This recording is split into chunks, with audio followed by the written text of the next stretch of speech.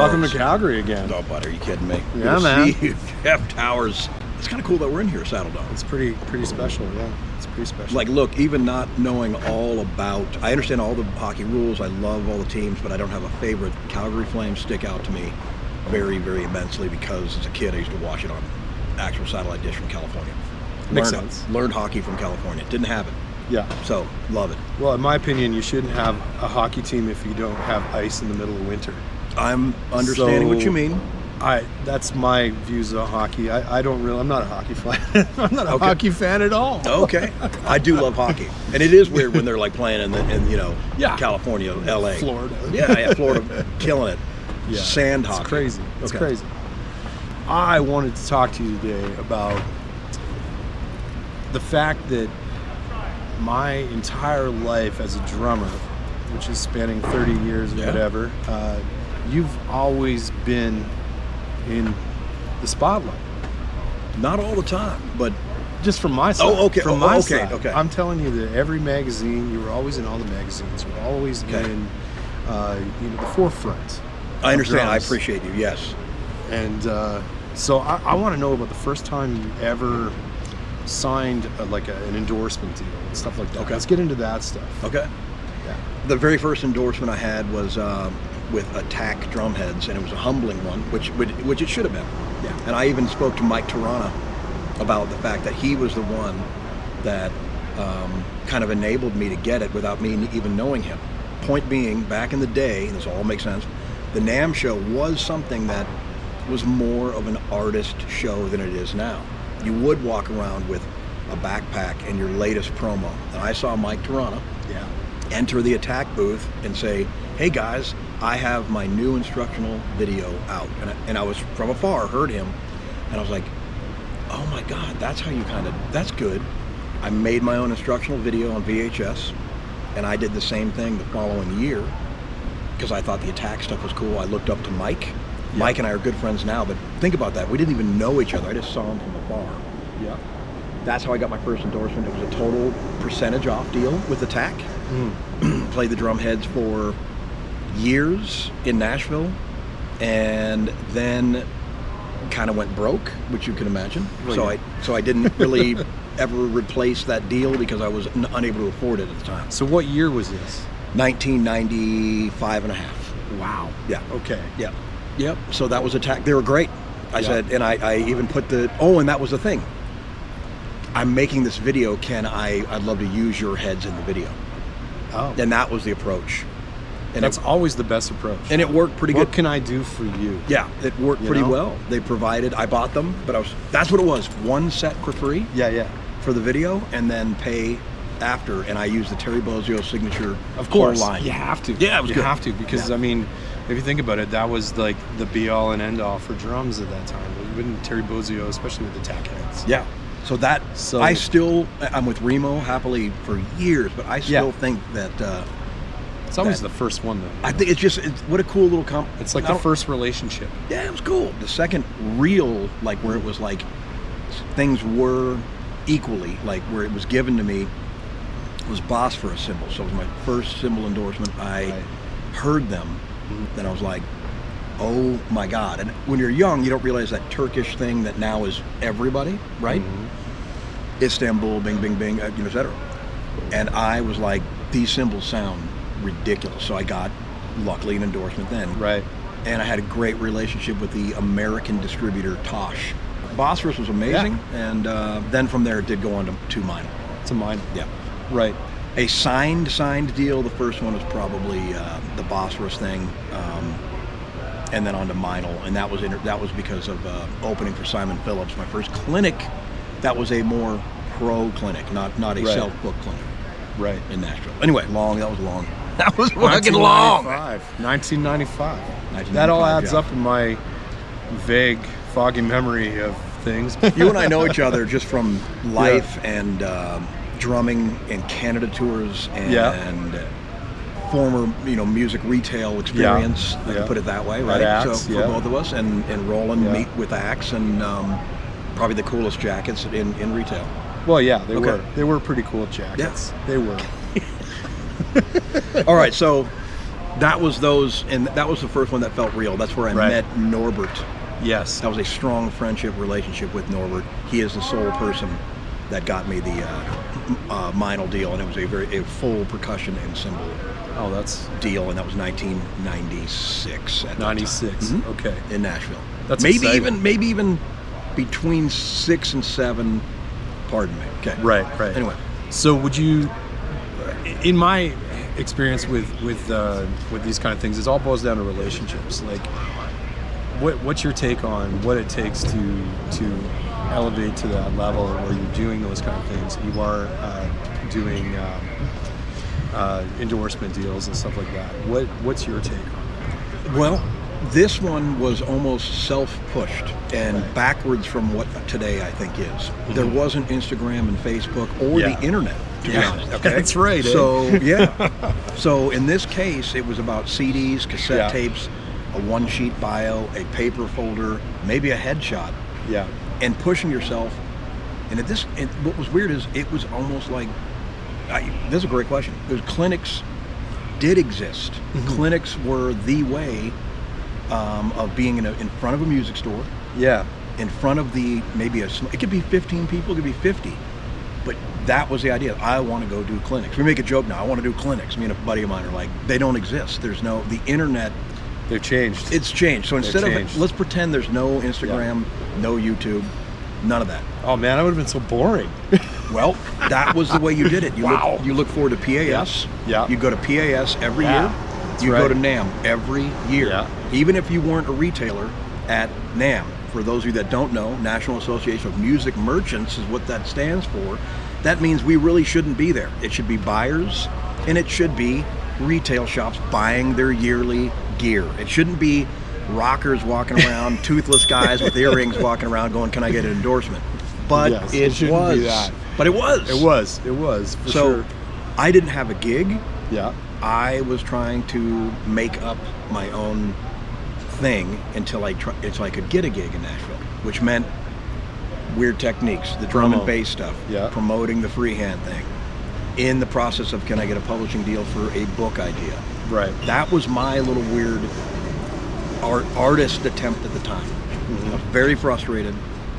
Couldn't land a gig as quickly as people said I was going to. You know, you have those friends. Yeah. Move to Nashville, you'll get a gig in 3 weeks. Okay, 5 years later. I've never bought into that because I know it's a lie. Yeah, I know it's a lie. What would you say is the most impactful moment that you had so far in your career that was really gave you that aha kind of feeling of you were on the right track? Started to be, I was working at, and we all make jokes about it. All my friends know this, but Red Lobster, we might be interrupted here, but and it's cool. But at the time, Red Lobster was where I worked, and I hated it. Was it the biscuits? They're addictive. Well, they're addictive, and it would. I agree. As a customer, the Cheddar Bay biscuits are amazing, right? Amazing. But what's not amazing is when you're the server, and you're like, "Are those biscuits coming back?" And you're like, "Son of a bitch, I got to get them out of the oven." Anyway, so impactful moment for me was when there was a frustrating moment of the invention of the rhythm saw. I went to it. We can talk about this later, but basically, when I had a guy invest in making the stick company, I know that's just a snap of the fingers I'm saying, but I swear to God, it was almost like a singer friend of mine named Mike, who we were in a band called King Size. His dad knew this wood lumber yard owner, and he wanted to make a finished product. Right. And I had the rhythm saw. So instead of wasting time, it took a while to get the prototype made from a friend of mine outside of Nashville. Yeah. But I got it made.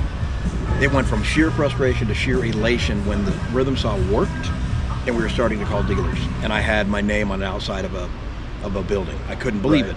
But remember, I just said I had my name on the outside of a building. That didn't mean anything. In my mind, I thought it did. I'm like, I'm doing it. But remember, I didn't own it, if you will, and that comes later. But that was my aha moment of like, I'm doing something. That's an aha moment. I'm doing something. For real, it is. So, I mean, it's that first time you see your name on a billboard or whatever. Yeah. Or in print. The first time you ever saw yourself in a catalog. Tell me about that. Rocket Shells, my friend, you know, and again, maybe I'm mistaken on the first endorsement thing. Paul Hewitt from Rocket Shells Carbon Fiber. He is a person now that is I knew him from Little League Baseball and living in the neighborhood. That might have been my first catalog. We made jungle drum and bass snares, 8 and 10. Makes sense. By like 2.5 or 3. Yeah.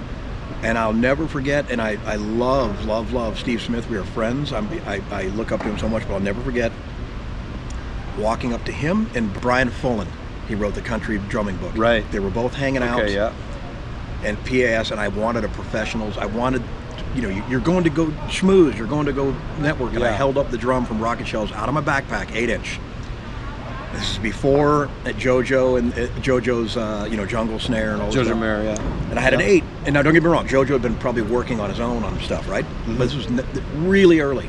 Yeah. And I'd been studying drum and bass on my own and held up this drum. It was an 8-inch. It looked like a shrunk, you put a piccolo in the dryer. Right. It was like totally yeah. Like a little pancake. And I'll never forget the disappointment because I love Steve so much. He didn't do anything wrong. Remember, I interrupted both of these guys. It was Brian Full and Steve talking. I totally interrupted them, guys, so it's my fault. I'm known to walk and interrupt. Well, this is learning. You were learning. And I go, hey guys, can I bother you? And I bothered them. Held up the drum, and I go, what do you think? I want to see what you think of this. And the exact quote was, God, how small are they going to make them? And I was all, put it back in my backpack and bailed. A little deflating, hey? Way deflating. A little deflating. But that was my attempt because, but I'll say, I still own those exact snares. Yeah. And I'm happy to say they're making them like an MF all over the world now. Not mine, but pretty proud that early on I was trying to imitate that sound That was my first endorsement. That's a big thing. Yeah. That's a big thing. You know, like that's the other thing I wanted to talk to you about too, is the fact that there's been so many ideas that you've come up with that, one, have changed the way people think about drums. So the freehand technique and the jungle drum and bass stuff. I mean, it's not as popular as it used to be, but it was mind-blowing how technical it was, still is. And love the genre still. There isn't many people that really carve a career and have this much influence on the industry as you have had. That's way kind.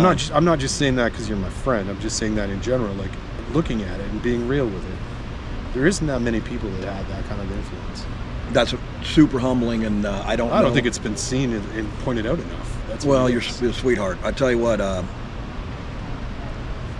Not gonna lie, I can get, as you know, I can get dark on the whole, like, man, because of Instagram. Everybody. Yeah, because of the YouTube and Instagram. I admit, YouTube came out. I'm like, I don't understand what this thing is going to be. I mean, because for folks that were born into it, it's in front of them. Yeah. It's already there, a channel that's amazing for putting stuff out. Yeah. I give certain drummers massive credit for taking that piece and format and making it work for them. Mike Johnston did an amazing job of getting that out and going, like using it for a drum tool. I thought it was for posting silly, I just tripped my aunt down a flight of stairs videos. You know, like I didn't know. Well, it's for that too. You know, I didn't know. I don't recommend doing that to your aunt. No, she's probably really nice. I didn't do that, but I'm saying, but she's all right. She's okay. But I didn't get it. I'm like, who wants to watch somebody? You know what I mean? Like fall down a soccer field. It was an aha moment of like when Mike was starting to do that. I got to give him massive credit for you, like being one of the first drummers to do YouTube as a drumming. So imagine missing the boat a little bit and only using VHS tapes and DVDs as your tool, and I wasn't paying enough attention. But now imagine changes, But now imagine this short-sightedness of me as well. Watch this one. Being before the internet could even. It's gonna sound weird. I know I just admitted YouTube, right? I admitted it. But here's one. My brother's an IT guy. Way before videos could even play on the internet. I'm like, hey, Mike, why can't, it's my brother, I want to put a drum teaching thing with video called Drum Logic online. And I remember we tried, he's like, dude, there's not enough buffering for this thing to even play video at all. My first prototype to Meinl was a video presentation, and they're like, I can't believe you got this to play. My brother helped me get the thing to play to where it showed the prototype going together. Wow. But I missed the boat. My idea was like I saw that you maybe could do internet stuff, but I was, and again, it's like I'm way before my time. I'm not saying that. I'm just saying No. I missed the boat on. I didn't follow up on my idea. I went, wouldn't that be cool if? I even got with Benny Greb and was like, let's do Drum Logic. We filmed Pete Lockett doing tabla stuff way before stuff was even video. Going, we're gonna put this. Let's put this online. I just never did. Yeah. I didn't, and I just, my head. How do you predict? So I blew the prediction. Yeah, it's. I mean, the people that have the ideas, you know, sometimes they have the ideas, and then somebody else will come in and swoop in. And it's and again, it happens all the time. Yeah, I give the credit of that swoop in, and part of my gripe has been the swoop in. Yeah, you probably nailed that the most. Of like, had techniques out and filmed, but on a different medium. On is that what you call it? Like, you know, like a medium. VHS tape. Medium, yeah. Then when on a release a DVD, you got another person that went, sorry, I'm already released a DVD, interpreting your whole thing. And then, oops, sorry, you're going to release your DVD. I've already got a free one on it's my... already on download, yeah. And I'm going, oh. So stuff, for me, it was the obsolete. It was VHS tape. Someone else went DVD of the exact technique. Yeah. And then when I'm like, okay, cool, DVD, same person goes, oh, cool, internet for free. And I'm going, well, at least you skipped that video disc thing. That was stupid. Put it out on freaking laser put disc. It on laser disc. Here's my new... I'm waiting for that to come back, to be honest, because there's probably a lot of those things around, and they're probably super cheap. Dude. And they're probably just enough of them to be an intricate kind of like, we're going to watch the laser disc. My next one's coming on laser disc. Yeah, laser disc. And I'm Johnny Rabb on laser disc. This is the announcement right here. Blu-ray, my next We don't need the internet, we just laser disc. Let's not mess around with this. Just go straight into it. 8mm. Let's not mess around. I got a little off subject, but no, that's good. I do get, a lot of people think I'm getting mad at people. I get mad at myself because if I get something in my mind, I'll stop, which is stupid. Like, I'll stop even working on it. Whereas the beginning, I was with my mom in her office and she's like, this is what you want to do? I'll never forget. She's passed away and I love her so much. But she goes, this is what you want to do? And she helped me stuff and print out the booklets that went in the first VHS of like 100 copies. That's 100, and that was a big deal to me. Like 100 Hip House Group VHS tapes. And I remember I didn't have a job. She's like, this is what you're trying to do. Not like she was like, this is what you're trying to do, you're an idiot. Is this what you're going to focus on? Because I want to help you. Yes. Right. And then we did. And that one VHS has led to all that. And Mike Tirana, thank you. You know, I've told you, Mike Tirana. I've told you that you were watching you market.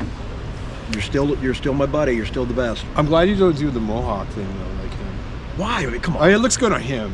Yeah, let's give him props. Yeah, for we'll that. give him for props. Mike. We'll give him props. Should we do it? Let's do it direct props. Mike. Direct props for your mohawk. Mohawk. I couldn't pull it off. Damn it! I mean, can't even do a serious face. Yeah. Cut. I don't care if you leave it in there. You'd laugh. Mo, that's definitely staying in. Oh yeah, for sure. I love Mike Tirana. Yeah, dude, that dude is. Now let's just go there for a second. He is so good. His spirit is awesome. His stick spins. I love Mike Tirana, dude. Dude. I remember seeing him at NAMM one time playing in one of those little booths. Yeah, I think it was a Pearl ISO booth. Yeah, he's just one of the ripping on it. He's one of the first guys that inspired me to. I'm like, oh, yeah, dude. And I told him that. He knows that. He knows he inspired me. And then we've got to work together with back in the day with Meinl and Drum Fest. And I've told him how much of an influence he was. He's like, really? I'm like, totally, dude. And he's hilarious. And he's a down-to-earth human being. Well, that's because influence comes from everywhere. I don't think it has. Influence doesn't necessarily mean genre. That's absolutely the other thing that I don't think a lot of people realize, that influence, just because you're maybe playing country, or you're playing rock or punk rock, doesn't mean you're not pulling from the punk rock gig to put it in the country fill, or vice versa. I mean, a lot of people don't realize that. Well, you make a good point. I think people, if you only practice what you enjoy, you're only going to get that thing in your playing, and you can take things from other playing, as you just said, other styles, and put it in your playing. For example, you and I will pass around Eloy videos, being like, what is going on? That guy's a monster. He's just a monster. It is. He is a monster, and I saw an interview on MD where the only thing that made me chuckle a little bit was the mask, because he was in the mask on the interview. And I get it; they want to keep the The branding image, and stuff. yeah. But it was so weird to see him like the line face thing, and he's like, "Oh, here's my 20-inch snare down," or what? You know what I mean? Like, and he's got and I mean, it's not, I'm not making fun of it. I want to study with it. I want to get my feet like Eloy. So you go down that path of what you just said. I've been listening to. I'm not gonna lie. I don't put a bunch of metal on. Like, I'm not in the bus being like, yeah, like metal. But on YouTube and stuff, I got inspired by Eloy the other day. I did a thing in the Practice Pad Kit. And then the other day, my buddy was listening to Yellow Jackets, and I'm like, oh my God, I forgot about Will Kennedy. Not forgot about it, but forgot about how influential he was. So unbelievable. Another monster. You have to listen to different styles and different drummers. Yeah. You don't have to, but you should. Well, yeah, you don't have to do anything. You don't have to. You don't have anything. to play drums. No, you don't. It'd be better if you did. Might be a good idea if you don't. It'd be better if you did. You know, be better if you did.